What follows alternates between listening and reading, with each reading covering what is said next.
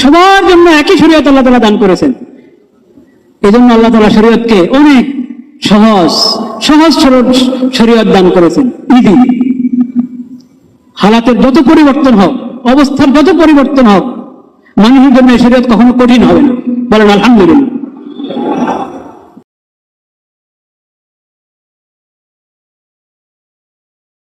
কিন্তু এখন আপনি শুনবেন কোরআন সুন্নাহর বিপরীতে, ইসলামী শরীয়তের বিপরীতে কোনো আইন করবে না অমুক দল যদি ক্ষমতা আসে তারা কোরআন সুন্নাহর বিপরীতে কোনো আইন করবে না।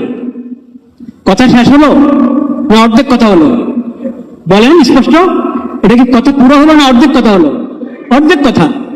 কোরআন সুন্নাহর বিপরীতে কোনো আইন করবে না, এতে দায়িত্ব শেষ হয় না।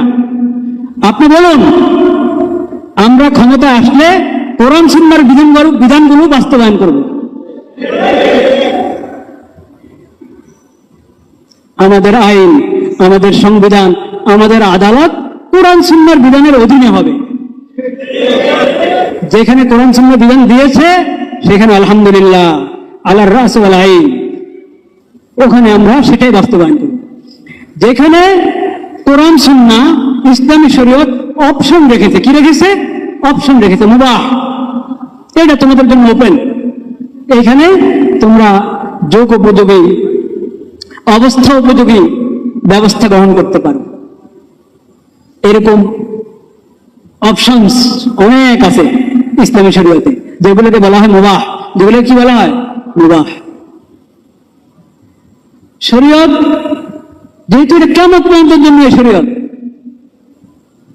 এবং সকলের জন্য, কত রুচির মানুষ, কত ভাষার মানুষ, কত রঙের মানুষ, কত প্রকৃতির মানুষ, সবার জন্য এই শরীয়ত। কত অঞ্চলের মানুষ, কত কালের মানুষ।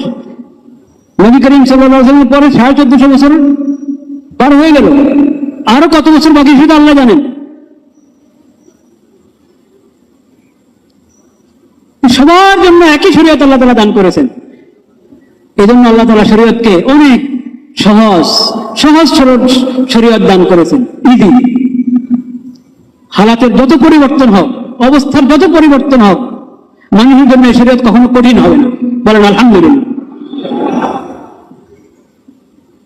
এই জন্য এই শরীয়তের মধ্যে অপশন অনেক। মুবাহ, ফরজ আছে, হারাম আছে, হারাম বাস, এখানে হাত দিবা না, এটা থেকে দূরে থাকো। আল্লাহ ফরজ করেছেন, ফরজ লঙ্ঘন করবে না।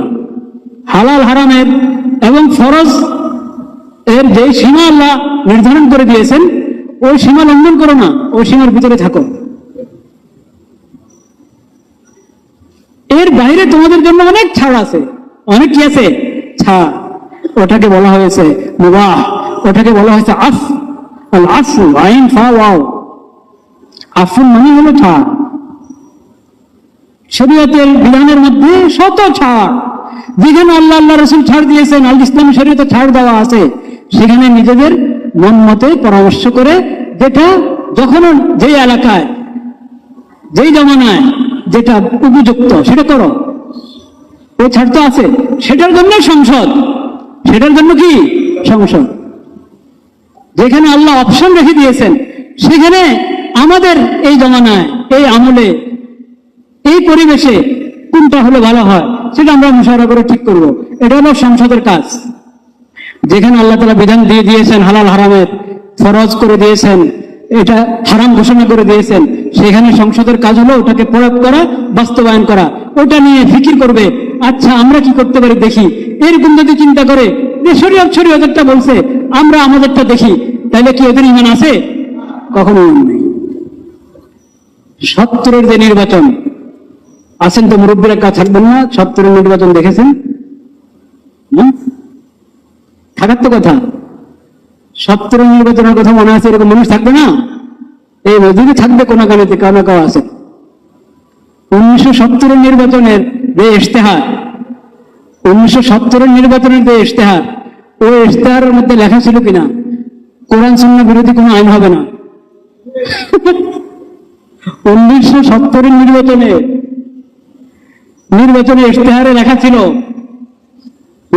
কি করবে না, কোরআন সুন্নাহর বিপরীত কোনো আইন হবে না।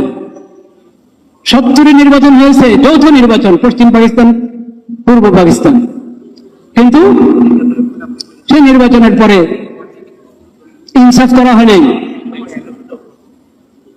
যে ভোট বেশি পেয়েছে তাকে ক্ষমতা দিতে চাওয়া হয়নি। যাই হোক, সেই লম্বা ইতিহাস, 71-এর ইতিহাস প্রবর্তিত হল।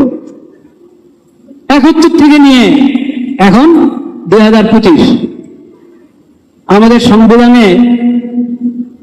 সংবিধানে হোক বা নীতিমালা হোক বা এমনি আইন হোক, যেটা এই আলাদাভাবে কি বলা ওটাকে, কোর্টের মধ্যে আপনি দেখেন, দেশের কোর্ট আছে না, কোর্টে দেখেন কি কি আইন পর্যালোচনা করেন, কোরআন সুন্নাহ বিরোধী অনেক কিছু পাবেন। ওই কথা রক্ষা করা হয়নি, কোরআন সুন্নাহ বিরোধী কোনো আইন হবে না, ওই কথা রক্ষা করা হয়নি। এই জন্য 70 থেকেই তো মানুষ দেখছে যে বলা হয় একটা, করা হয় আরেকটা। তো কতদিন একথা বিশ্বাস করবে মানুষ? এখন একথা বললে হবে না, এখন স্পষ্ট কথা বলেন, কোরআন সুন্নাহ যা আছে আমরা ওটা মেনে চলব। কোরআন সুন্নাহর বিপরীতে কোনো আইন হবে না, এটা তো প্রশ্নে আসে না। কোরআন সুন্নাহর বিপরীতে আইন করলে ঈমান থাকবে নাকি? বলতে হবে কোরআন সুন্নাহর বিধানগুলো আমরা মেনে চলবো, বাস্তবায়ন করবো। আল্লাহ তাআলা সেই সৎ সাহস দান করেন।